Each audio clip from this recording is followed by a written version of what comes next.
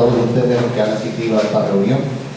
Hemos tenido esta semana, el miércoles, una reunión aquí convocada por el Foro Económico y Social sobre el agua en la laguna. Fue el miércoles pasado, se alargó mucho la reunión porque eran 5 ponentes. Nos dieron unos papeles para hacer unas preguntas y yo hice 10 preguntas, no me contestaron sino a una y me salieron por petenera. Y los demás nos quedamos todos más o menos así, ¿no? La verdad que la reunión se alargó bastante, hacía mucho calor. Y nosotros queríamos contactar varias asociaciones del pueblo, el Pueblo Unido, el Siglo XXI y la Asociación de Vecinos, con otras personas conocedoras también del funcionamiento del agua y de las depuradoras y de salinizadoras, y que nos dieran ellos también su opinión, y luego nosotros sacamos conclusiones.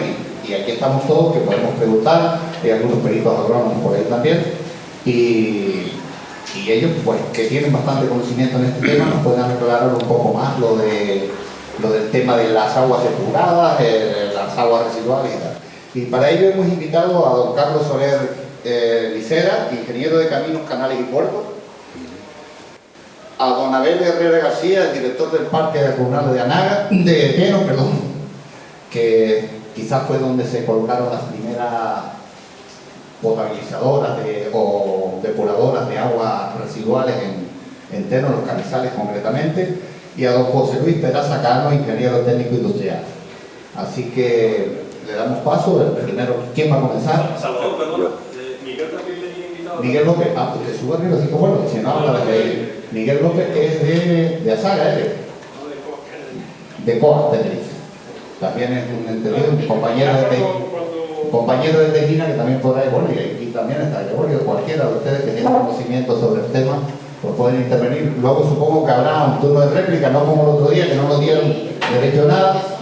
En fin. He estado 42 años trabajando en Canarias, siempre en el tema del agua, primero en el servicio geológico y después en el servicio hidráulico y luego terminado en la Dirección General de Aguas. Bien, por decirles, creo que yo me voy a centrar un poco en lo que oí antes de ayer. A mí la intervención de antes de ayer me asombró. Yo he sido jefe de planificación, estudios e hidrología en la Dirección General de Aguas a nivel de Canarias y la verdad es que me asombró lo que yo oí el otro día. Quiero comentarles, decirles brevemente que lo que se dijo allí fue sobre todo que se decanta claramente por la reutilización y por la desalación. A mí eso me parece asombroso, olvidar una escuela como la que hay aquí en Canarias de agua subterránea y olvidarla de esta manera, pero además yo creo que para poder entender luego todo un poco habría que explicar un poco cuáles son los métodos que ellos propugnan y cuáles son los inconvenientes, porque no dijeron ni uno solo. En cuanto, podríamos decir que en la reutilización, partiendo de que la depuración la hacen por métodos industriales, no por métodos biológicos como ya hablará Peraza, lo primero que hay que pensar y lo que hay que decir es que la calidad del agua que se está obteniendo para reutilizarla es una calidad mala, incluso teniendo un tratamiento terciario o sin tenerlo, pero no es lo adecuado para el cultivo. Hay un encarecimiento también del coste por ese tratamiento y por el empleo de energía que se necesita para hacer la depuración. Eso va a provocar, que ya ha provocado en otras islas, como es Gran Canaria y como es el sur de Tenerife, una contaminación del suelo, y hay un problema asociado a los cultivos. Un problema asociado a los cultivos que se riegan con agua depurada, porque ya lo expuso ya el gerente del Consejo Insular de Aguas en una frase que comentaremos después. Luego, en cuanto a eso, sería en cuanto a reutilización, que se extenderá mejor Peraza que yo, que es más, lo conoce mejor que yo. Y en cuanto a la desalación, decirles que la desalación es un método que hace depender el agua del petróleo. Hoy por hoy, y veremos luego la discusión con las energías renovables, está claro que hoy por hoy, durante muchas décadas, es hacer depender el agua con el petróleo, y eso a mí me parece una verdadera barbaridad. Y lo siguiente también es que piensen que una desaladora emplea energía, emplea mucha energía, porque al fin y al cabo tiene que bombear el agua contra una membrana, a una presión equivalente a una columna de agua de 680 metros. O sea, para desalar habría que enviar el agua más allá de la laguna desde el mar, pero el agua se queda a nivel del mar. Para mandarla a la laguna luego hay que bombearla otros 600 metros. Luego hay que decir que claramente que esa energía está hecha con electricidad y obtener la electricidad tiene un precio que fluctúa con el petróleo y fluctúa con la propia electricidad, lo cual, como hemos visto, también es bastante preocupante, porque el 50% del agua de la desaladora, el 50% es el consumo eléctrico. Bien, eso equivale a 3 a 4 kilovatios. 3 es lo que dicen cuando venden la desaladora. 4 es lo que realmente ocupa cuando se usa. Es lo que además dice todos los medios. Eso ya supone, con el precio del kilovatio hora, que ya estamos hablando entre 1 y 2 euros metro cúbico el coste de producción. Ese coste de producción, sin embargo, en los planes hidrológicos de todas las islas, como el que ahora ya hay desaladoras en todas las islas, en todas, ese coste de producción, dicen los planes, que el valor medio es de 2,5 euros metro cúbico. Hablo de coste de producción, no hablo de coste de venta, porque esa es otra cosa en la que entra la subvención. Bien, además de todo esto, lo que hay que hablar es de la mala calidad de la desalación en cuanto a, si hablamos de agricultura, en cuanto al contenido de sodio desproporcionado respecto a los demás cationes. O podemos hablar también del boro, que se transmite en la planta, o podemos hablar yo vengo de, hace 3 meses estuve en Esmagua, y allí nos contaron el problema que va a salir dentro de poco asociado a los microplásticos con la desalación. Y por último hay que hablar de la desalación con la contaminación. Contaminación por quemar petróleo y contaminación por la salmuera. Digan ellos lo que digan, verter salmuera en el océano es un problema de contaminante. Bien, sin extenderme más, les diría que el gerente de Teidagua empezó hablando de 160.000 habitantes en el municipio, con una demanda de 12,5 y un 12% de pérdida más descontrol. Bien, es curioso eso. Fíjense que si nosotros pensamos que el municipio tiene 100 kilómetros cuadrados, que la pluviometría media son unos 500 litros por metro cuadrado, media del municipio, y que la infiltración, según los datos del Consejo Insular de Aguas, es casi el 50%, podríamos deducir que se infiltran 25 hectómetros cúbicos de agua al año. Se infiltran 25 hectómetros, se necesitan para el abastecimiento 12,5. O sea, hay el doble del agua que se infiltra cada año, que llega al acuífero y se descarga al mar. Bien, además, también habló de que el agua, de la calidad del agua era excelente. Ustedes sabrán que son los que la beben, pero también nos dio un dato muy curioso, que el 30% del agua de abastecimiento se saca de los 4 pozos que hay en los rodeos. 4 pozos que dan 4 hectómetros cúbicos, alrededor de 1 hectómetro cúbico cada pozo, y de los cuales nos dicen que de cada hectómetro cúbico dice que hay unos 80.000 metros cúbicos, entre todos, de pérdida. O sea, unos 20.000 metros cúbicos de pérdida. Bien, fíjense que esto equivale a que lo que va bajando la producción de agua es un 2%. Bueno, un 2%, hombre, no es para echar las campanas al vuelo, pero tampoco es para alarmarse. Tiene que pensar también que las aguas, cuando se captan, se sacan primero reservas y luego se sacan recursos. Al final se estabilizan los caudales sacando recursos. Pero fíjense que una de las cosas que ellos dicen siempre es que el agua subterránea se pierde, que estamos perdiendo agua subterránea y que los acuíferos bajan. Bien, eso no es cierto. Y no es cierto no porque no lo diga yo, sino porque lo demuestran los planes hidrológicos. Fíjense en el detalle de esta figura.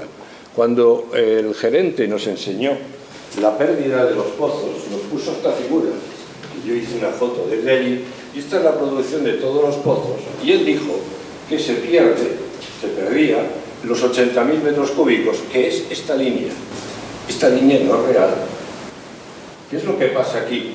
Han bajado, ha llegado este año, a partir de aquí se ha estabilizado y aquí ha subido. ¿Cuál es el resultado final? Estará oscilando. ¿Por qué? Porque está oscilando con los recursos y oscila en función de los valores de la lluvia, que eso también es importante. Y esto quizás era un momento de sequía y aquí hay un momento de lluvia. Luego, este valor que nos da de que se pierde y que la línea sigue bajando indefinidamente, no es cierto. Lo ven ellos mismos con los datos, nos dan. Verán cómo luego Ana Sánchez también enseña un gráfico en el cual se vuelve a demostrar lo mismo. Ah, por cierto, dice una cosa muy curiosa. Dice que los costes de producción del agua de los pozos es elevado. Asombra eso en un técnico que apuesta por la desalación. Porque si el agua del pozo es elevado, imagínense ustedes el agua de la desalación. ¿Qué pasa? Que el agua del pozo no está subvencionada, pero el agua de la desalación sí. Y esto es como aquel que creía que el dinero del Estado no era de nadie. Pues esto es lo mismo. Decir esto es asombroso y más en un técnico. Pasando a la intervención de Ana Sánchez Espada, comienza con una mentira. Fíjense qué fuerte. Dicen que Valten es una empresa que se hace para almacenamiento de las aguas de invierno de las galerías. No es cierto. Yo asistí al nacimiento de Valten. Yo estoy aquí desde el año 78, trabajando en agua. Yo he dirigido tres balsas de las de Valten: Vallemolina, La Cruz Santa y San Antonio. Eso equivale al 20% del volumen de almacenamiento que tiene Valten. Bien, pues fíjense cómo empezó el plan de balsas. Empezó el plan de balsas porque el Cabildo pensó en captar agua de escorrentía. Agua de escorrentía que en ese momento, estamos hablando del año 70, creían que era de 133 hectómetros cúbicos de agua al año. Pensaban que eran, acuérdense de este número, 133 creían que corrían por todos los barrancos de la isla.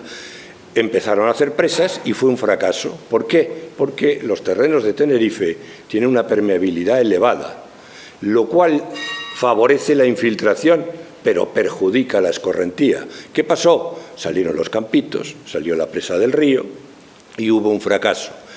Ante eso, ¿cómo reaccionó el Cabildo? Diciendo entonces que, bueno, las presas no se pueden hacer, pero como hay que captar esos 133, lo que vamos a hacer es poner azudes, sacar canales de derivación y enviarlo a las balsas, que eso es lo que hicieron. Por eso nacen las 15 primeras balsas que costaron 3.000 millones de pesetas del año 80, estamos hablando entonces de 18 millones de euros, eso de los años 80. Bien, con esas 15 balsas, con los canales, los azudes y los canales de derivación para llevar el agua, se quedaron esperando a que se llenaran. ¿Qué pasó? Que no se llenaron. Y fíjense que no se llenaron. Vallemolina tenía un azud de derivación y un canal para transportar 9.000 litros por segundo. El azud de Vallemolina no ha cogido nunca más de 90 litros por segundo. El error es de 100 veces. Al final, ¿qué ha pasado? Que esos 133 hectómetros cúbicos que creía el Cabildo bajaron a 50, bajaron a 25 y ahora mismo están ya en 7. Cuando pasó eso, se quedaron con las balsas vacías. Estamos en los años 80 y en ese momento tenían que llenar las balsas como fuera. ¿Cómo lo hicieron? Pidiéndole a las galerías que les dieran los excedentes hibernales. ¿Se dan cuenta cómo se cuenta la historia? La historia hay que contarla como de verdad es, no en la segunda parte. Hay que pensar por qué se hizo lo primero. Bien, también nos dijo que Valten aporta 20 hectómetros cúbicos, pero no solo de agua subterránea, que es el 45%, lo demás es agua regenerada y agua de desalación. Bien, estos 20 hectómetros cúbicos está en contradicción con el siguiente... ¿Me puedes pasar la otra foto? Es curioso porque ella dice 20, pero luego en el gráfico pone 14. Pero bien, eso es un error de un 30%. Pero también dice frases curiosas. Por ejemplo, bueno, hay un dato que era importante, que la laguna Tegueste y Tacoronte se les aporta 2 hectómetros cúbicos, con lo cual, si se lo sumamos a los 12 que decía don Félix, ya estamos en 14 hectómetros cúbicos de consumo en el municipio. Veremos que esto va a llevar luego otra discrepancia de todas. Bien, lo que dijo es que con la regeneración del agua se protegen los acuíferos. Asombra esta frase. ¿Por qué? ¿Por qué les protege? Porque no se saca agua. ¿Qué hacemos entonces con los acuíferos? ¿Los dejamos que se recarguen cada año y el agua se vierta al mar? Que el agua es dulce y va a parar al mar, que es salada, y los peces son de agua salada. ¿Cómo protegemos al acuífero no sacándole agua? ¿Qué cosa es esa? O bien es que ella piensa que va a ir al vertido único, como se dijo aquí, con lo cual entonces, como no ganen la calidad, porque como nos metan el vertido único con la calidad que hay ahora, lo que van a hacer es contaminar los acuíferos. Bien, curiosamente no dio un solo dato de la calidad del agua que ellos aportan en la reutilización. Yo he oído hablar que Vallemolina tiene conductividades entre 2.000 y 3.000. Lo oí hace poco en Tejina y lo dijeron agricultores como ustedes. Y por último, por cierto, no habló de tratamientos terciarios, se lo calló, no dijo nada. Y por último dijo que los vertidos de salmuera ya no contaminan. No es cierto tampoco. Los vertidos de salmuera contaminan y mucho. No han encontrado ningún difusor, como dice ella, que funcione. Ahora mismo están dándole vueltas a que los difusores, en vez de ir para abajo, se van a tirar hacia arriba a 45 grados. No saben qué hacer con ello. De todas formas, solo tienen que ir al Mediterráneo y pregunten en toda la costa del Mediterráneo lo que está pasando con la desalación en Francia, España e Italia, lo que están haciendo con los campos de Posidonia. Luego vino Javier Davara, que era el gerente del Consejo, que nos dijo que la demanda total de Valle Guerra era 16,8. Ya les digo que aquí les fallan los números. Es curioso que entre uno y otro discrepan entre los números.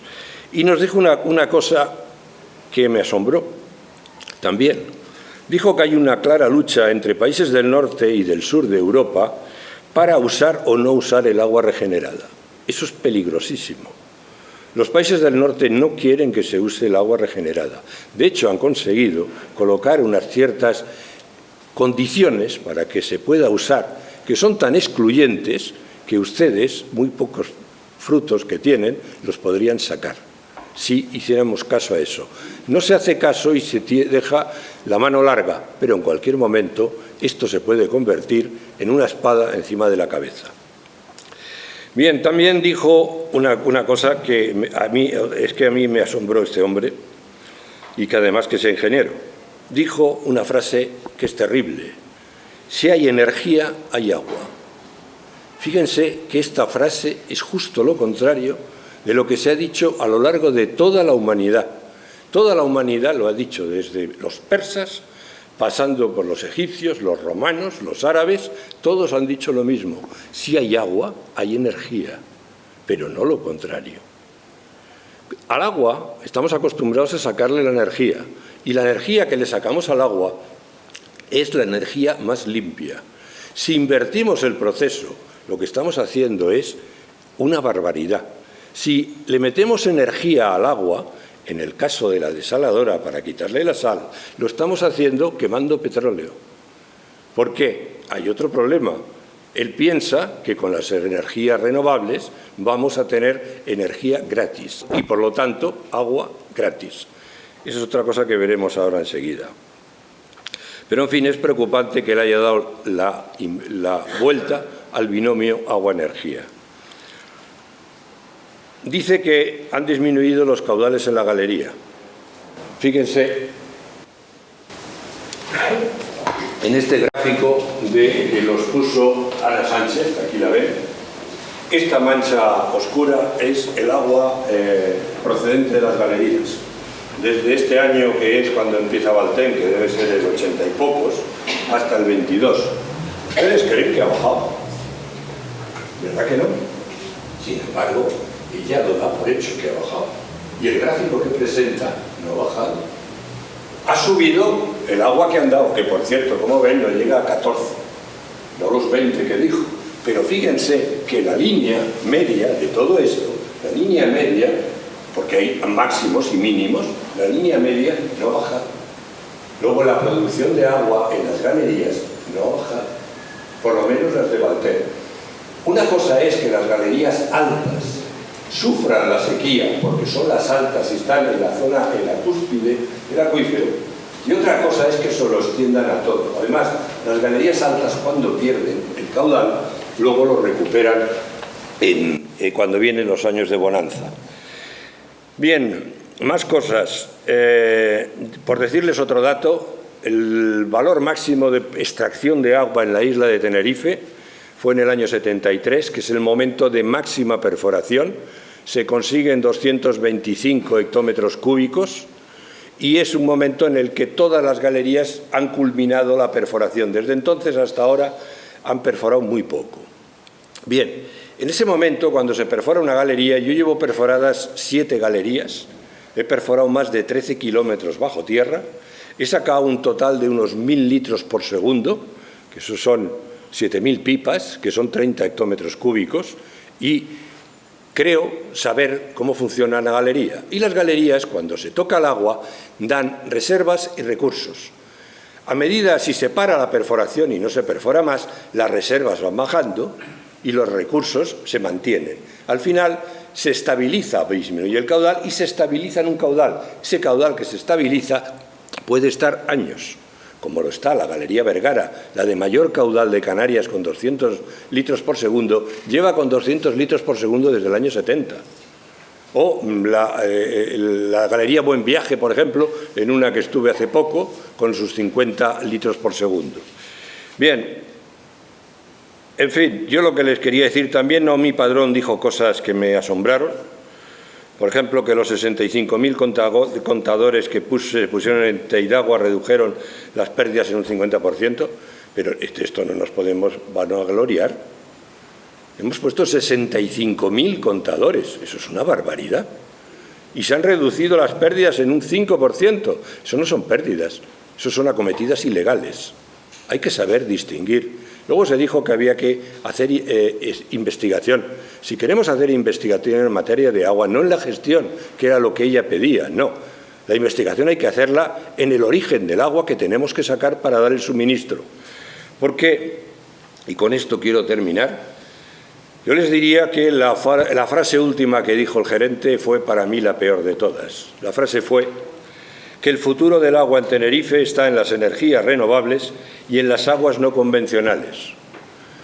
La primera parte de la frase, las energías renovables, es porque él cree que va a poner energías renovables a todos los procesos de extracción, de producción de agua, de aguas no convencionales. Miren, hay expertos en energía que ya nos lo han dicho claro, como hace muy poco lo volvió a repetir Roque Calero, un ingeniero industrial experto en toda la cuestión de energías renovables. Ni Tenerife ni Gran Canaria, hoy por hoy, pueden llegar de lejos al 100% de energías renovables, pero en muchas décadas no vamos a pasar del 50%. Entonces, ¿qué estamos hablando? ¿De coger las energías renovables y ponerlas para producir agua? ¿Y para los otros usos? ¿Se las vamos a quitar cuando nosotros podemos sacar agua de otras maneras? Porque yo les diría que la desalación es un método el mejor cuando no hay otro, pero el peor en cuanto haya otro. ¿Por qué? Por todos los problemas que le digo. Porque además el derivar energías renovables a la desalación crea otros problemas. Por ejemplo, el de tener que triplicar la potencia para poder dar el uso con energía renovable. De hecho, si ustedes se fijan, cada vez que sale una desaladora, todas dicen que van a ponerle energía renovable. Todas lo dicen, pero ninguna lo ha hecho. Por algo será. Bien, yo por último les diría que en una reunión de agua como la que hubo el otro día, me dejó asombrado que no se habló del coste del agua en ningún momento, no se habló de las subvenciones que se dan y no se habló tampoco de la calidad. Asombra que esos tres factores hayan estado olvidados. Y yo les diría un solo número para que se lo piensen. Y son números, todo lo que yo les he dado a ustedes son números de los consejos insulares, son números de los cabildos y de los gobiernos. El último número que les doy es que en esta isla llueve, según dicen los planes hidrológicos, 800 hectómetros cúbicos. De ellos se infiltran 366. Se infiltran cada año 366. Necesitamos para la isla 180. Conclusión, aquí hay el doble del agua que se necesita y, sin embargo, el futuro del agua está en la energía renovable y en las aguas no convencionales. Ustedes verán a quién tienen que hacer caso y ustedes verán lo que hay que hacer, porque lo que se avecina puede ser preocupante. Muchas gracias.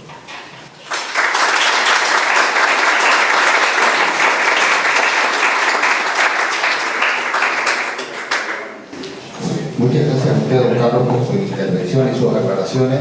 Y ahora continuamos con el turno de palabra a don Abel Herrera García, que fue director del Parque Rural de Teno, donde se pusieron las primeras depuradoras de la isla. Tiene una experiencia en esta materia y nos va a decir un poco cómo empezó el tema y las posibilidades que tenemos del uso de esas aguas y de las mejores maneras posibles.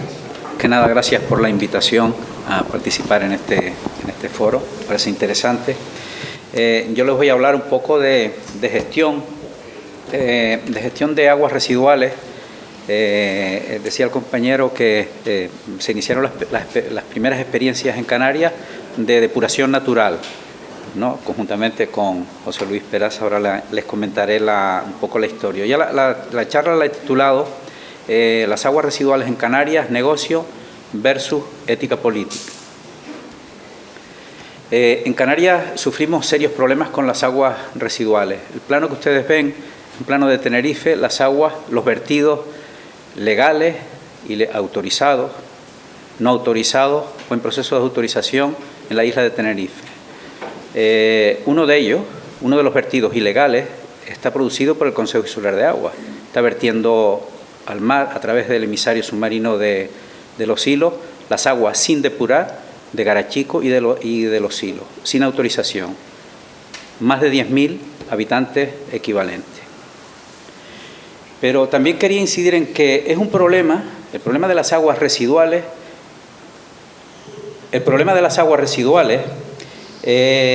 un problema que los ayuntamientos están obligados a resolver por ley. Les dirán que es el Gobierno de Canarias, le dirán que es el Cabildo, le dirán que es el Consejo Insular de Agua. No, la obligación la tienen los ayuntamientos, por ley. Así lo dice la Ley de Bases del Régimen Local, que es una ley nacional para todos los municipios de España.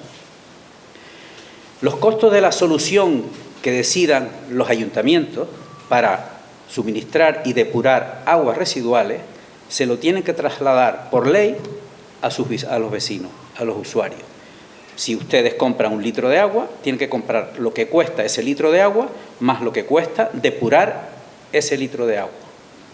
O sea, eso se lo tienen que cobrar y eso lo dice la ley de haciendas locales. También afecta a todo el territorio español.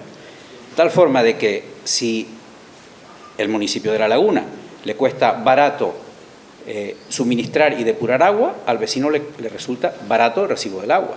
Si la decisión que tomen utilizan costos elevados, se lo tienen que trasladar también a los vecinos a costos elevados, porque ni pueden ganar ni pueden perder, según dice la ley.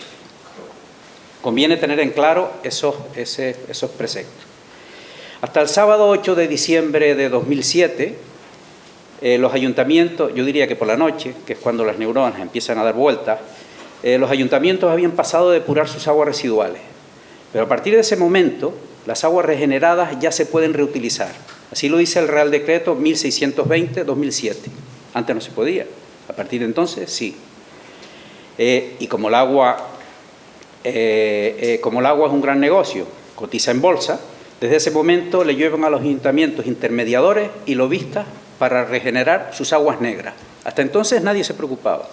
Después de esa fecha sí se están preocupando. En Tenerife, el Consejo Insular de Agua se ha convertido en el gran intermediador.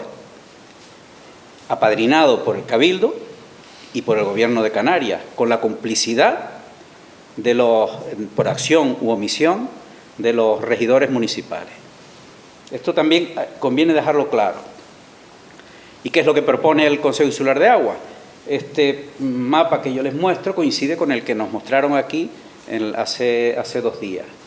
El plan redactado por el Consejo Insular de Agua dice que, redactado por el Consejo Insular de Agua, ojo, bendecido por el Cabildo y aprobado por el Gobierno de Canarias, vuelvo a decir, con la complicidad de los regidores municipales.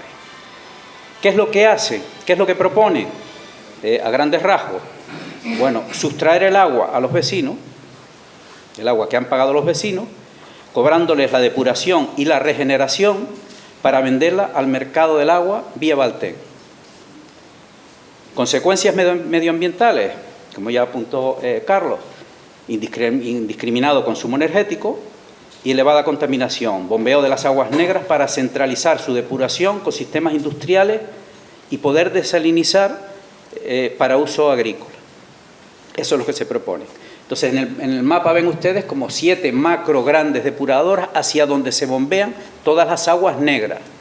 Yo les voy a poner, que es la zona que más he estudiado, porque he estado implicado en una protesta que hubo en la Isla Baja, les voy a poner el ejemplo de la Isla Baja, pero que es extrapolable al resto del territorio.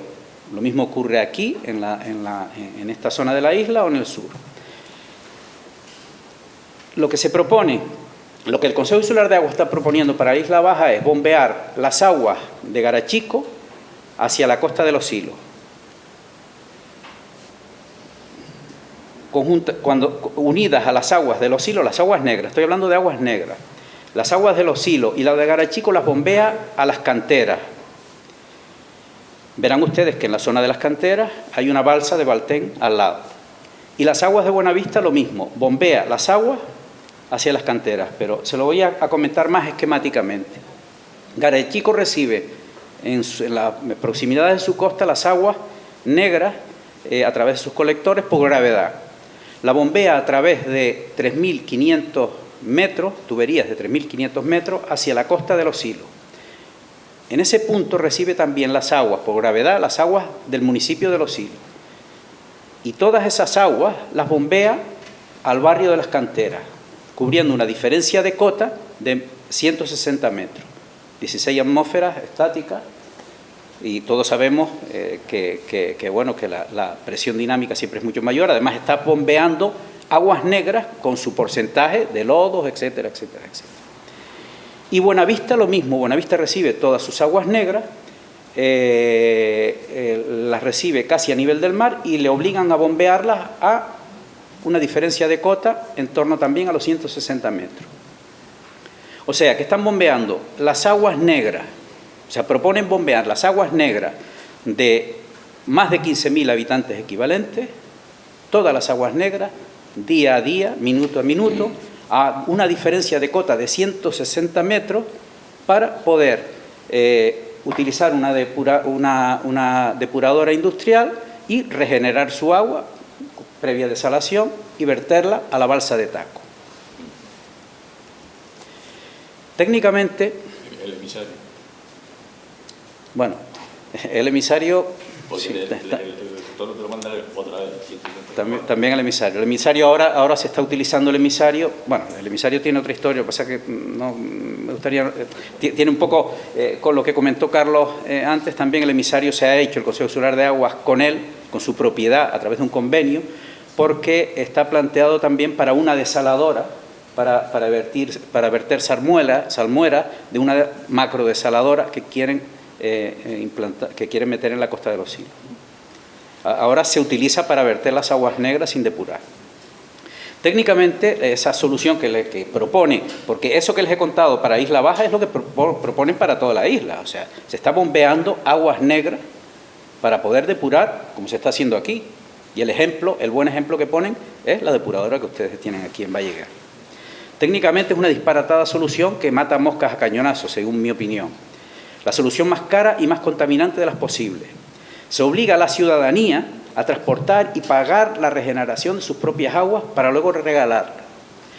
En una reunión que tuvimos en el barrio de las Canteras, de un movimiento vecinal que se generó allí, yo hice la pregunta, dice, bueno, pero ¿quién paga la regeneración? Porque el vecino, el ayuntamiento le está obligado a cobrarle, a suministrarle agua y cobrarle la depuración, pero no la regeneración. Y representantes del Consejo Insular de Aguas, que ahí estaban, miembros del Consejo, me dijeron, quien contamina paga. Si usted ha utilizado el agua y la ha salinizado, usted obligatoriamente tiene que desalarla también y entregárnosla, yo digo, y regalarla. Dice, ese agua si no se hubiera tirado.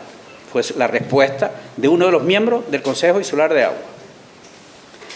O sea que se obliga a la ciudadanía a transportar y pagar la regeneración de sus propias aguas para luego regalarla. Los intermediadores la venden en el mercado del agua vía Valten para uso agrícola, con la complicidad, tengo que decirlo, de nuestros administradores municipales, que son quienes tienen la obligación de resolver este problema. Hay otras soluciones, hay soluciones alternativas. No me estoy metiendo en temas técnicos, porque para eso ya está Carlos y José Luis Peraza, que me dominan la situación mucho mejor que yo. ¿Hay soluciones alternativas? Pues sí, la que aconseja la Unión Europea. La Unión Europea en 2001 sacó una guía destinada a pequeñas y medianas colectividades inferiores a 5.000 habitantes equivalentes, porque uno de los ejes de la política medioambiental de la Unión Europea es usar técnicas tan naturales y poco consumidoras de energía como sea posible. Es lo que ellos aconsejan. Bueno, paso un poco los antecedentes porque quizás me esté alargando demasiado, pero digamos la función de esta guía surge porque quieren hacer una guía para alcaldes y responsables municipales de pequeñas y medianas colectividades, ¿no? En esa época, en el 2001, en torno a los 5.000 habitantes, núcleos de población de 5.000 habitantes.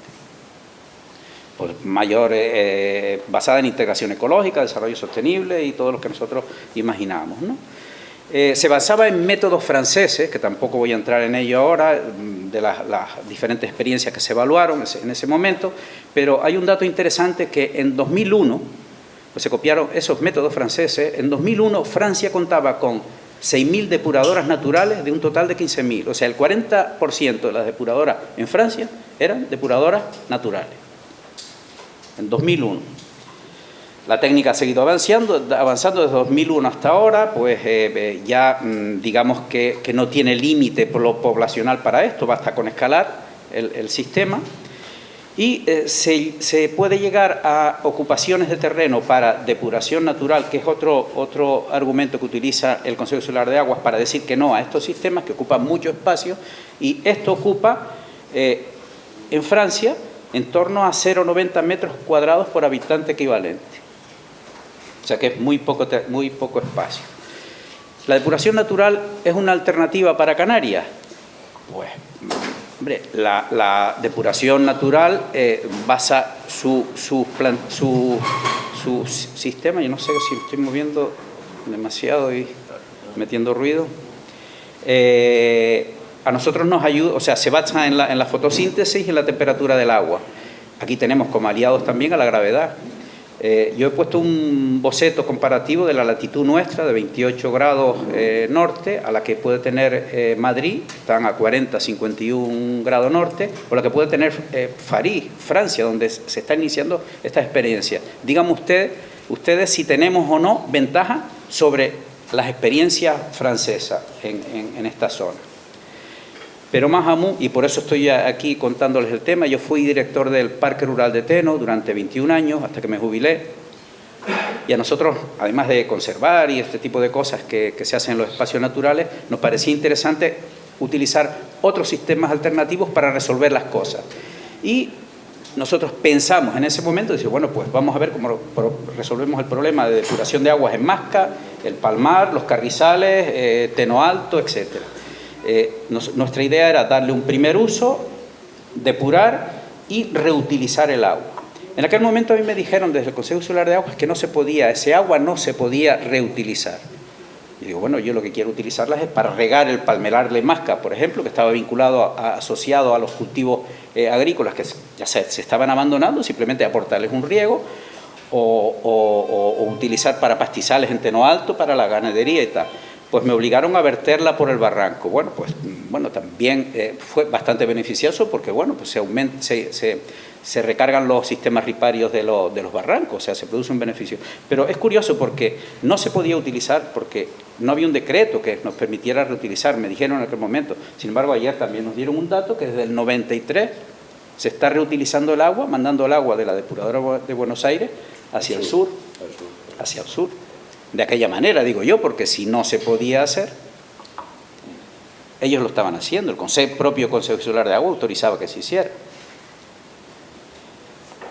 Entonces hicimos... Esa obra la hizo la Dirección General de Aguas, la conducción, pedida por el Cabildo. Efectivamente. Pues no, pues sí, ya se estaba reutilizando desde esa época. Sin embargo, a nosotros nos prohibieron reutilizar las aguas con este sistema en Masca. Bueno, pues de todas formas nos metimos en el fregado e iniciamos una primera experiencia en el 99 en los Carrizales, de experimentación de otros métodos, otros sistemas. Fue la primera experiencia en Canarias de depuración de aguas residuales con métodos naturales en depuración natural. Y para eso recurrimos aquí a José Luis Peraza, que ya les contará o les dirá cómo funciona el sistema. Yo simplemente les esbozo que elegimos su sistema por lo sencillo que nos parecía y el fácil mantenimiento y lo barato que era. Yo no estoy defendiendo su sistema, estoy diciendo que hay muchos sistemas, entre ellos el de él, que depuran agua sin consumir recursos. O sea, simplemente eso.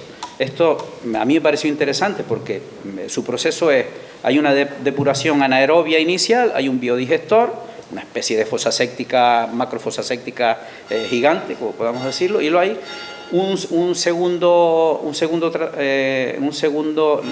el sistema de aireación, el aerobio, es a través de un humedal de flujo subsuperficial.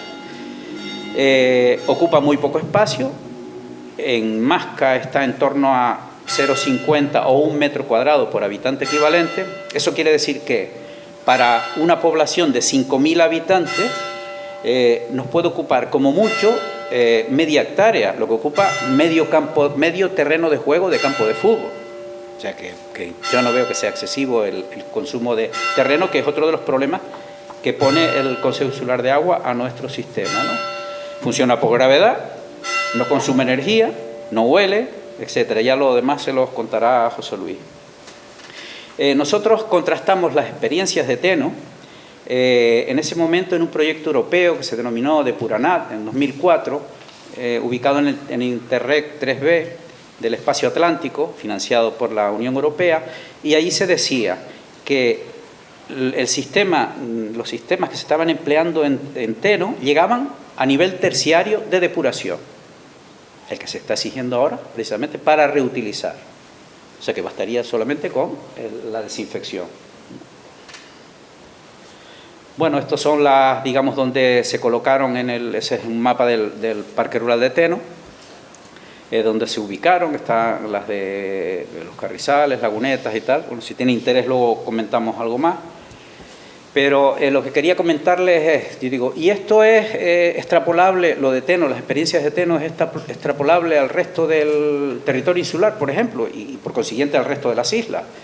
Pues bueno, yo me he hecho un análisis de los municipios, de dónde reside la población municipal en cada municipio de la isla de Tenerife, con datos del Instituto Nacional de Estadística de 1 de enero de 2020, que fue cuando hice el trabajo este estudio. Me analicé pueblo por pueblo. En esta primera hoja verán que hay dos columnas, una, qué población de cada municipio viven en núcleos inferiores a 5.000 habitantes y cuál en más de 5.000 habitantes. Verán que la mitad de la isla viven en núcleos de población inferiores a 5.000 habitantes. Luego, resumiendo, La población de Tenerife, en esa época, el 1 de enero de 2020, era de 928.000, casi 1 millón de habitantes. La población que vivía en ese momento en núcleos superiores a 5.000 habitantes era 542, el 58%. En población, en núcleos poblacionales inferiores a 5.000 habitantes, el 41,6% en esa época. Esto quiere decir que el 41 o 42% de la isla de Tenerife puede resolver sus sistemas de depuración sin consumo energético, atendiendo a lo que nos aconseja la Unión Europea, consejos que se desoyen aquí en Tenerife, ¿no? Y puesto que estamos en La Laguna, les daré un dato de La Laguna también. La Laguna en ese momento tenía 158.911 habitantes, residían en ese momento en núcleos inferiores a 5.000 habitantes, 44.394, es decir, el 28% de la población de La Laguna podía resolver sus problemas de depuración sin consumo energético. Luego hablamos de la reutilización de las aguas. Bueno, este tipo de instalaciones es una fotografía de una instalación, esto concretamente es mi casa. Se puede utilizar para viviendas que estén aisladas, que no haya colectores, o hoteles rurales, etcétera. Se puede resolver el problema sin necesidad de contaminar o enviar a pozos negros, ¿no? Donde no hubiera colectores. Ahora, el gran dilema, el agua regenerada para agricultura o para uso municipal, que es otro de los temas y que nadie quiere hablar de eso. A ver, el diseño que ha hecho el Consejo Insular de Agua está en torno a las balsas para verter el agua depurada y regenerada en todas las balsas de Baltén. Los 3 municipios de la Isla Baja, Los Silos, Jarachico y Buenavista, acordaron, y todos los grupos políticos de los tres municipios acordaron que el Consejo Insular de Agua y el Cabildo les permitiera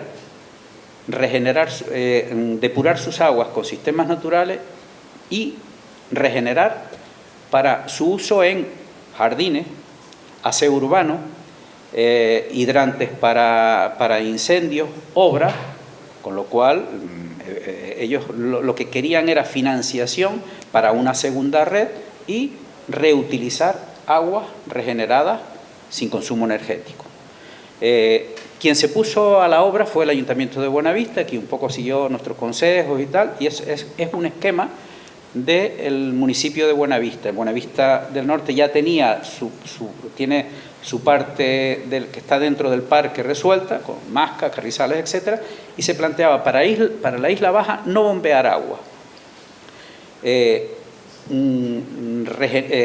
depurarlas en 4 puntos y reutilizar sus aguas con esos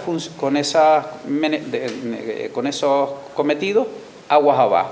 Con lo cual, lo que planteaban los alcaldes es, oiga, déjenme gestionar mis aguas residuales porque es mi obligación hacerlo también, y es mi obligación velar por la economía de mis vecinos, ¿no? Y déjenme reutilizar ese agua que ya la han comprado los vecinos, y yo se las he estado cobrando, déjenme reutilizarla en jardines, aseo urbano, etcétera. Y con lo cual queda liberada el agua potable que yo estoy utilizando para regar jardines, para aseo urbano y para todo este tipo de cosas, con lo cual ustedes lo pueden trasladar al uso agrícola, al uso que ustedes quieran, porque otro de los planteamientos que se hacen es que hay escasez de agua para riego, pero bueno, liberen ese agua de los municipios, utilicen para lo que quieran y no utilicen el agua regenerada. Déjenme a mí reutilizar mis propias aguas, es lo que yo quiera, ¿no?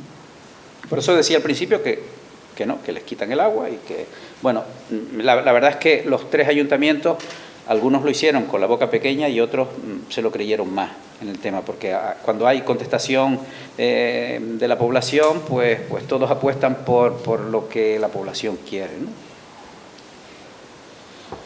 Pero Cabildo y el Consejo Insular de Aguas presionaron a los ayuntamientos para utilizar su propio sistema y presionaron, hubo algún alcalde que en algún periódico dijo que el Consejo Insular de Aguas los estaba coaccionando. Y los estaba coaccionando, pues no te financió esto, no te financió lo otro, tal, si no te sometía. O sea que bueno, les estaba, según dijo él, les estaba chantajeando. Hombre, una reflexión mía particular, yo creo que lo que está haciendo el Consejo Insular de Aguas, por mucho que nos expusieran los 17 Objetivos de Desarrollo Sostenible de Naciones Unidas las declaraciones de emergencia climática que aquí ha hecho el Cabildo, el Gobierno de Canarias, los ayuntamientos, todo el mundo está por este tipo de cosas, pero dicen una cosa y hacen otra.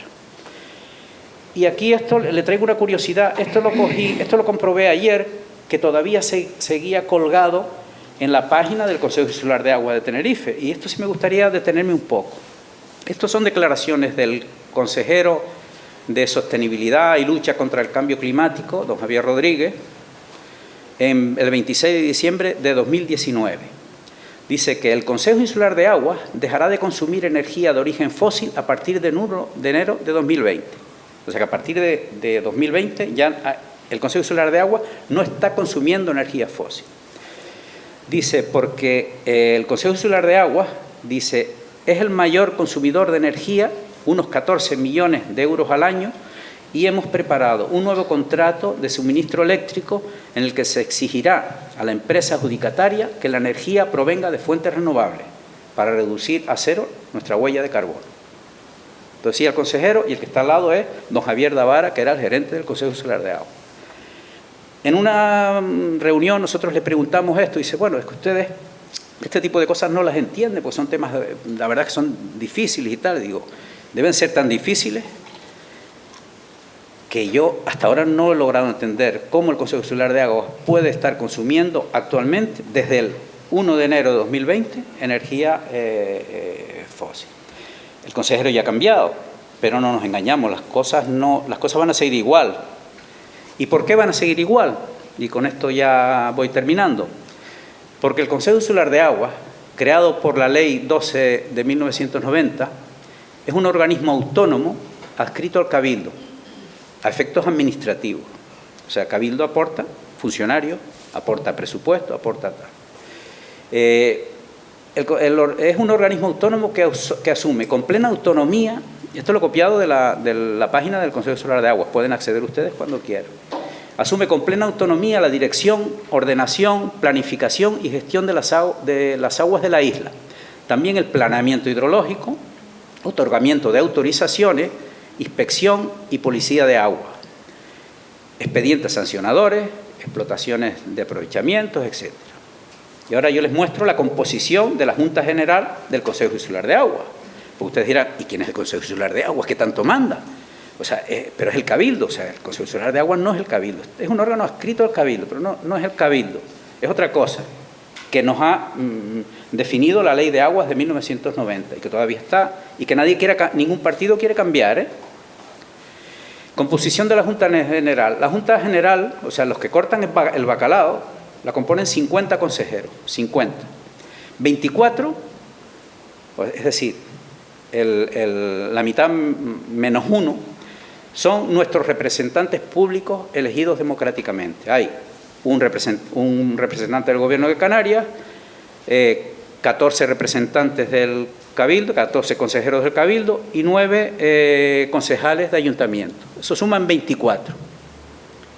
Pero donde realmente está el meollo de la cuestión, por eso les digo que da lo mismo que cambien consejeros, porque donde está la cuestión es los 26 consejeros restantes defensores de los intereses privados del agua. O sea, son 26, de 50 a 26, o sea, el 52%, más algún consejero que se le sume, pues ya evidentemente tiene garantizada su planeamiento o lo que nos contaron aquí. Entonces, pues, ¿quiénes están aquí? Les voy a leer algunos. El primero, el representante de las empresas públicas y gestión de servicios de aguas, las multinacionales que están controlando pues, los servicios de aguas municipales.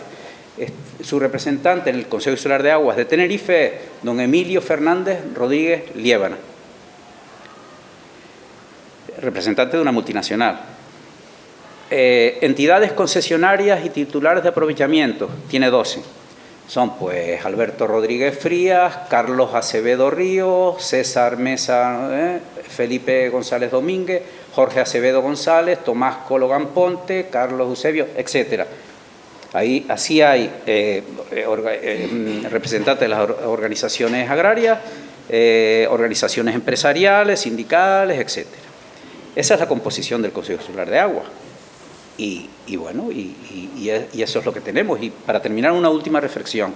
Yo estoy convencido de que el negocio del agua está diseñado para complementar el insostenible negocio agrario. Y yo, cuando digo insostenible, me estoy refiriendo al plátano. El plátano ya dejó de estar, desde mi punto de vista, dejó de pertenecer a la agricultura para convertirse en un gran negocio. O sea, el plátano no es rentable.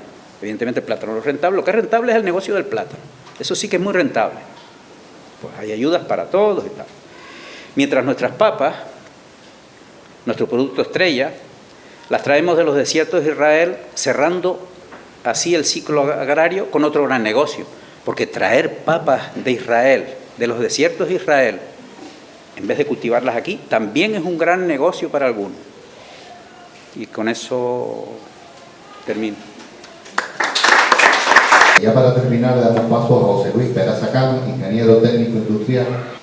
Yo quería hablarles de la depuradora de Valleguerra, pero como Abel me ha hecho ilusión, le he apuntado algunas cosas para aclarárselas y después paso directamente a la depuradora de Valleguerra. La última viñeta, el agricultor le está preguntando, por favor, dilo tú que sabes lo que dice. El agricultor, digo, el plátano, la mata de plátano le dice al agricultor: ¿no te mosquea que se preocupe más por mi salud que por la tuya? Y el otro está con la gumia para cortar el manojo de... Son dibujos que yo hago que bueno, que tienen muy poca calidad, pero que bueno, pretenden hacer reflexionar. Cuando me hicieron el encargo, tuve que hacer un estudio de cómo mi abuela y todas las abuelas, todas las casas antiguas, depuraban su agua y ver cómo lo hacían, a ver qué tipo de plantas utilizaban. Entonces, que tuve que hacer un estudio que me costó un tiempo y recorrerme todas las casas viejas, caseríos, y ver cómo depuraba. Yo me acordaba en casa de mi abuela que las aguas del baño y del retrete iban a Ñamera, por dejarlo resumido, y el agua de la piedra lavar iban a Oreja de Burro, Carla, que era lo que estaban ahí. Esto, como pueden ver, son aromáticos todos, para que vean la calidad del agua. Bueno. Después Después es muy importante también lo que hay que ver, porque es una aberración gorda, porque el Real Decreto 1620 del 2007 dice, nada más empezar, que la reutilización la tiene que pagar el que la reutiliza. O sea, está claro, el tercer párrafo, 4 palos, dice clarito. La reutilización, el ayuntamiento solo tiene que pagar hasta el tratamiento secundario, y el tratamiento terciario, que es la reutilización, la tiene que pagar quien la consume, y tampoco se está cumpliendo. Pero es una cosa más grave, que es una cosa también que tocó a ver, que el agua municipal, para que se quedara todo, ya que le van a cobrar la reutilización, los miembros, el ayuntamiento, el municipio va a pagar la reutilización. El consumo de la reutilización que tiene el ayuntamiento es superior a lo que pueda darle el agua residual de ese ayuntamiento. O sea, entonces, se libera agua de gasto, de agua de boca, por así decirlo, se libera de regar los jardines, lavar las calles y esto se utiliza la reutilización. O sea, el ayuntamiento debería de exigir que el agua que sale aquí no vaya para los agricultores, sino que vaya para limpiar calles, regar jardines, y a los agricultores les den agua de calidad, de galería y otro tipo de agua. Es que es un engaño en el que están también, que deberían ustedes ver, yo también como ciudadano, porque eso me está costando el dinero. Después, sí, después lo de separa un poco más. Vale, gracias. Después lo de la energía, las depuradoras naturales sin consumir energía. Aquí, con la gráfica que hizo Abel, tenemos del orden de, me parece que 15, en Canarias del orden, una media, porque son aquí más o menos, una media de 15 kilovatios por metro cuadrado de día de insolación. Eso es energía. Y eso es lo que utilizan las plantas, es parte de eso lo que utilizan las plantas para hacer la depuración. O sea, que ya no estamos ahorrando poner placas fotovoltaicas, poner aerogeneradores y poner cosas en el mar. O sea, ya la planta está consumiendo una energía que es de tipo natural. Lo que dijo Abel lo que habló de Europa, de la guía europea que salió en el 2000, que dice, concretamente dice, para poblaciones inferiores de 5.000 habitantes o hasta 15.000. ¿Por qué la guía dice 5 o hasta? Porque en esa época hubo una ley que decía poblaciones superiores a 10.000 habitantes tienen que obligatoriamente depurar. Entonces, por eso está el margen. Y no quiere decir que no se pueda hacer depuraciones de 2 o 3 millones, porque ya estaban hechas en un montón de sitios, en Europa también, sino por dar una guía para todas estas poblaciones pequeñas, de este número de habitantes, para poderle resolver el problema, porque no estaba en la obligatoriedad de hacerlo. Después la ley ha ido cada año exigiendo más y ahora me parece, si no me equivoco, está del orden de 2.000. Ahora está obligatorio por ley a 2.000, me parece. Todas las poblaciones superiores a 2.000 por ley tienen que tener depuración. Entonces, un poco porque sale lo de la guía. Pero ¿por qué surge esto y por qué surge lo de la guía? ¿Cuánto estamos ocupando por metro cuadrado y habitante equivalente? Abel dijo del orden de medio metro, un metro. No, estamos ocupando del orden, con la tecnología esta nuestra, la tecnología mía, pero el cabildo es el que la ha pagado, estamos del orden de 5 o 6 habitantes equivalentes por metro cuadrado. O sea, la depuradora de Valleguerra la podíamos hacer mucho más pequeña y más eficaz, y sin consumir energía, para que se hagan una idea. ¿Por qué? También por lo que dijo Abel, porque tenemos unos condicionantes de luz superiores a lo que hay en Alemania, a lo que hay en Holanda y a lo que hay en Francia. ¿Y por qué salen estos números? Porque esto surge a través de una autorización, se certificó en Alemania en el año 76, 1976, por una señora que se llama Katharina Steiner, una alemana, y después de llevar estudiando, era microbióloga o bióloga me parece, llevaba estudiando desde el año 36 el poder que tenían las plantas para depurar aguas residuales. Entonces, hizo un montón de ensayos, un montón de pruebas y un montón de tipos de humedales y se publicaron. Entonces, al final, se certificaron como para depurar. O sea, que en Europa, en Inglaterra fueron mucho antes y en Estados Unidos mucho antes, pero en Europa desde el año 1976 y ya se habían hecho años antes, 10 años antes, 20 años antes, en poblaciones de 30.000, 40.000 habitantes de depuración natural. Pero ¿qué pasa? ¿Qué diferencia hay entre un sitio y otro? Están las condiciones ambientales. Nosotros estamos hablando de zonas como Francia, como Alemania, como Holanda, donde la pluviometría son 2.000, 3.000 litros por metro cuadrado y año. Y nosotros estamos hablando, como dijo Carlos ayer, en la laguna era 800 ríos, o sea, y en Teno estamos hablando de 600 o 300, algo así. O sea, estamos hablando de una pluviometría mucho menor. ¿Qué pasa? No se pueden hacer sistemas extensivos como ellos, porque se convendría en saladar y el agua se evaporaría. O sea, el concepto, la técnica es completamente diferente. Entonces, el proceso se hace en un biodigestor, que es un proceso anaeróbico, donde se hace el tratamiento secundario, y después el tratamiento terciario, que es el de reutilización, que se hace en el humedal. Este humedal ya en sí se puede plantar lo que quiera. ¿Por qué? Porque lo hemos plantado y lo hemos llevado a la universidad al laboratorio, se han analizado y todo lo que se ha cultivado, todo es apto para consumir. Si lo quieren a ver, está en Mascas, el último que planté fue 30 y pico plataneras, que me las llevé de aquí, de Tejina, que las dejaron de plantar, las tienen arrimadas y las pueden ver como están allí salvajes. Han ido los agricultores de Buenavista, han ido a verlas, les pedí que fueran para que me dijeran y se quedaron maravillados no tienen ningún tratamiento químico ni nada, o sea, allí están como bueno, un poco para terminar lo que habló a ver, y lo que se ha hecho también se ha hecho analítica de microplásticos, han salido negativos, también se hizo un estudio que se hicieron sobre radioactividad, salió negativo en radioactividad, o sea, que estudios se han hecho, hemos hecho muchos estudios aprovechando lo del parque. Ahora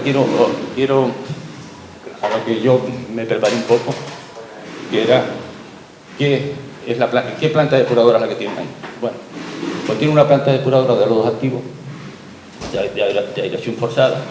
Después tiene unas membranas. Una membrana es como el colador aquel del café, que se pone y se pasa el agua por arriba y sale el café por debajo.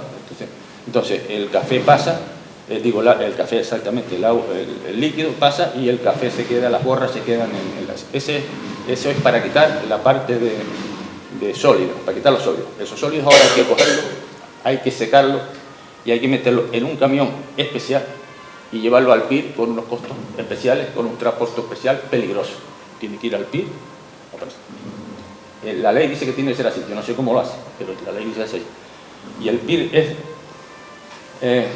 de residuos sólidos, o sea, ahí solo puedes meter residuos sólidos. Entonces tiene que ir sólido, o sea, seco. No puedes meter líquido, tiene que ser sólido. Vale.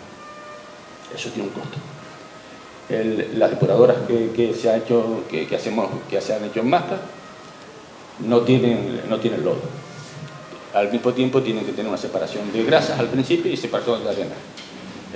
También tienen que recogerse y irse al PIR. Un transporte especial, eso también tiene un costo. En las depuradoras que se han hecho en Masca, eso tampoco hay que hacerlo. Pero ¿qué pasa? Después, una vez que han hecho este proceso, que es el tratamiento secundario, que sale de la membrana, al pasar por la membrana sale aparentemente limpia, o sea, se ve que el agua está transparente, un poquito, muy transparente no sale, pero sale, si la clora, pues ya terminas de ponerla. Pero ¿qué pasa? Pues viene con mucha conductividad. Entonces, como hay una ley que tiene que cumplir para reutilizar, hay una ley que según las características del agua de salida, sirve para una utilidad o sirve para otra. Entonces, yo no sé la que está cumpliendo Valle Guerra, porque a todas estas preguntas, te decían, pregunta al Consejo Insular, allí estaba el laboratorio de la analítica, le digo, bueno, ¿tiene alguna analítica que se pueda ver? Pregunta al Consejo Insular, bueno, ¿qué hace con esto? Pregunta al Consejo Insular. O sea, allí no saben nada, todo, el Consejo Insular es donde se lo saben todo. Entonces,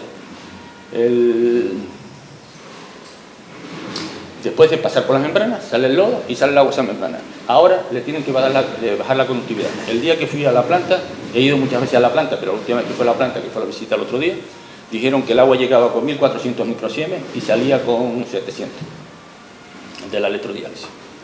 Entonces, después ahí la pasan por electrodiálisis. ¿Qué es la electrodiálisis? Pues es una cosa, un sistema de depuración, de desalación, porque es para quitar sales, un sistema de desalación que se inventó en el año 1948. El primer sistema de desalación industrial que se inventó. Y entonces, ¿qué problemas tiene? ¿Por qué se ha dejado de usar? Porque hay unas sales que quita y otras sales que no quita y el costo energético es muy alto. Y entonces al final se quedó para temas industriales, que haya que quitar una sal determinada y lo pueda quitar. ¿Por qué? Porque ¿cómo funciona esto? Pues como si hubieran dos imanes, un polo negativo, otro polo positivo. Entonces el agua transporta las sales, porque no están disueltas, sino el agua se dedica a transportar las sales, y entonces las que tienen carga positiva se van para el polo positivo. Las que tienen carga negativa van para el polo positivo, se pegan. Y las que tienen carga negativa se van para el polo positivo y se quedan pegadas. O sea, van quitando las sales positivas de las que tienen. Pero ¿qué pasa? Cada sal tiene un potencial eléctrico, que se llama. Entonces, unas sales se pegan enseguida y hay otras, como el sodio, que tiene muy poca carga y escapa. ¿Qué se consigue? Por eso puse esta analítica, porque esta analítica hace las palmas. Y entonces, yo conocí ahí en los años 70 al señor el gerente, que sigue siendo a José Luis Pérez Talavera, de SACIR, que es la empresa de la que están las membranas de abajo, que es director técnico de explotación. Y entonces, esta es una de las muchas gráficas que hay de las palmas. Entonces, se puede ver el sodio, que reduce, voy a mirarlo aquí para verlo, para no decir muchas mentiras. El sodio lo reduce del orden de un 70%, o sea que deja un 30% de sodio. El calcio te lo reduce a un 90 y pico por ciento. El magnesio te lo quita en un 90 y pico por ciento. El potasio te lo quita en casi un 90%, 80 y algo. El bicarbonato te lo quitan un 60%, el cloro te lo quita, bueno, así, según el tipo de sal, pero después hay otras sales que no quitan porque no tienen carga eléctrica, entonces pasa. Entonces, ¿qué hace? Se va pegando los laterales y tienen que parar y quitar el campo que era positivo, hacerlo negativo, y el negativo, hacerlo por cambiarlo. Entonces, para despegar esas sales, va un rechazo y es el que tiran por el emisario. Entonces, por el emisario lo que están tirando es todas las sales que necesitan las plantas para estar sanas. Y va quedando un residuo de sodio que va quedando en el terreno hasta que se sale y el terreno no sirve para otra cosa. Por eso es muy importante pedir la analítica de lo que están haciendo. Y esto es un costo energético altísimo, porque estas plantas se quitaron, dejaron ya, se utilizaban solamente para aguas salobres y cosas de estas. Está del orden, pregunté también cuántos kilovatios estaba consumiendo por metro cúbico, hay que preguntárselo al Consejo Insular.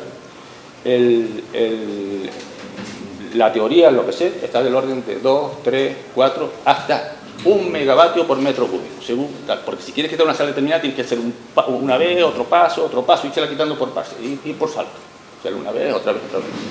Y entonces, porque no puedes subir la tensión, por eso sea eléctricamente, no se puede subir la tensión, pues subes la tensión mucho. Cuando hay mucha sal, se hace un cortocircuito y se fastidia la membrana. Vida de las membranas, 3 años, 4 años máximo.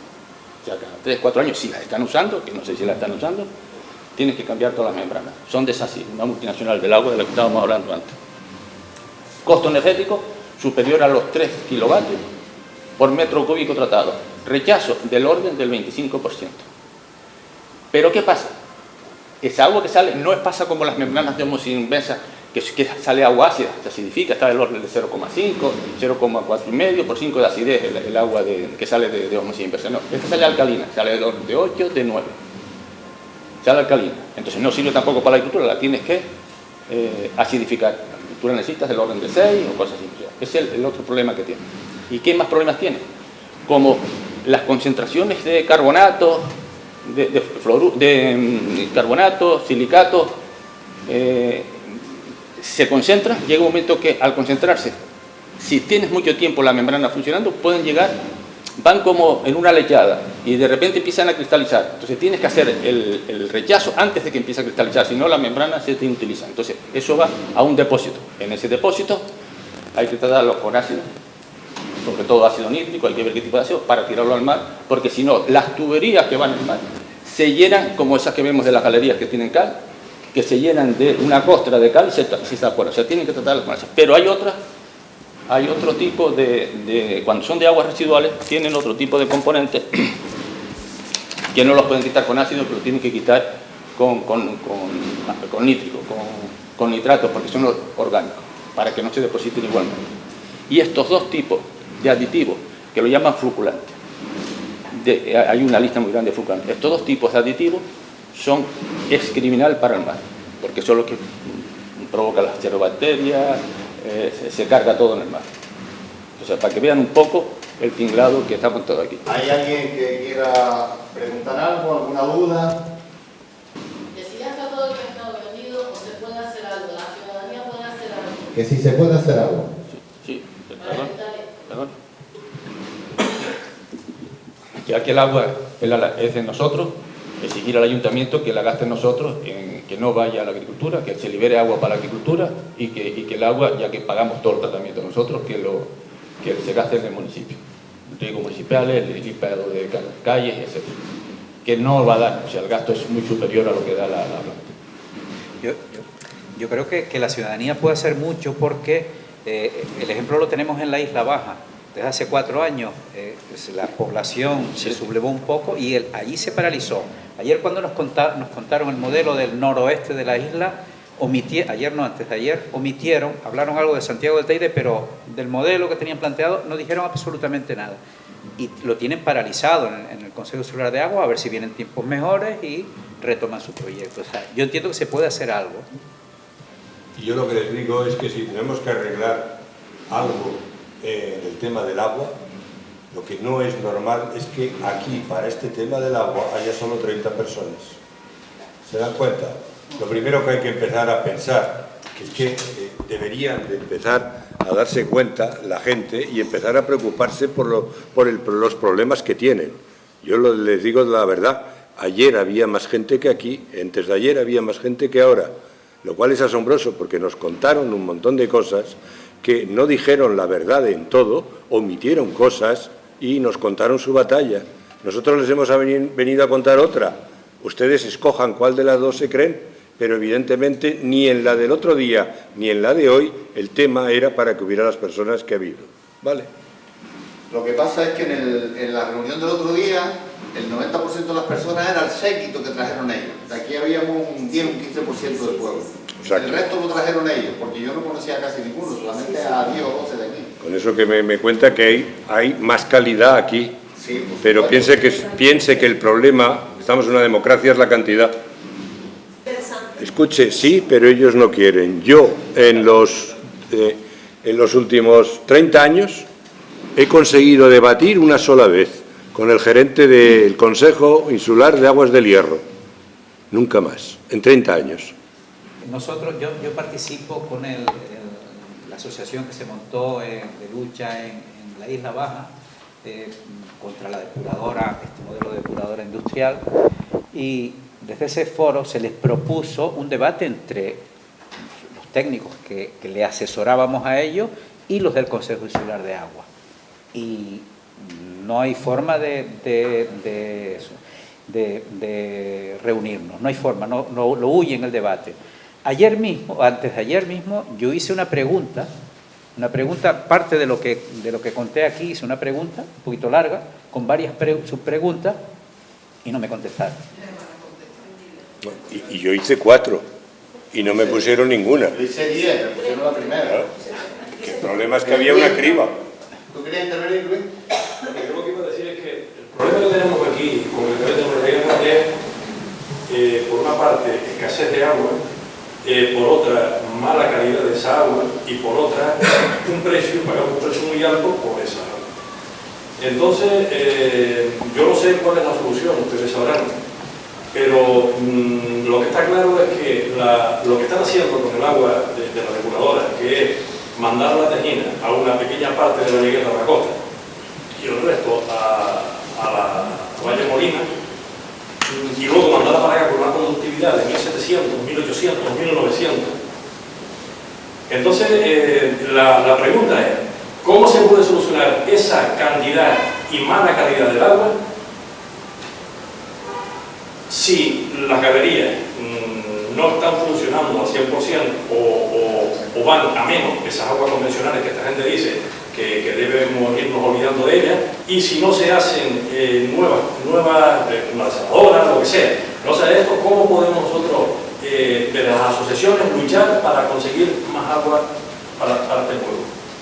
Evidentemente el agua de los pozos, quitando los pozos de arriba de la zona de los rodeos, los pozos de abajo de la costa, tienen una salinidad muy elevada por intrusión marina. Bien, pero los pozos, las galerías, tienen una buena calidad, y los 4 pozos de los rodeos también. La cosa está bien clara, lo que hay que hacer es mejorar la calidad y haciendo más obras subterráneas. Yo le digo, yo iría de cabeza a la captación de agua subterránea. Le pongo un ejemplo. Imagínese que vemos el problema en conjunto. Tengo Santa Cruz y La Laguna. Ahí tenemos, entre los dos, podemos tener 350.000 habitantes. Estamos hablando de alrededor de 40 hectómetros cúbicos, lo que se necesitaría.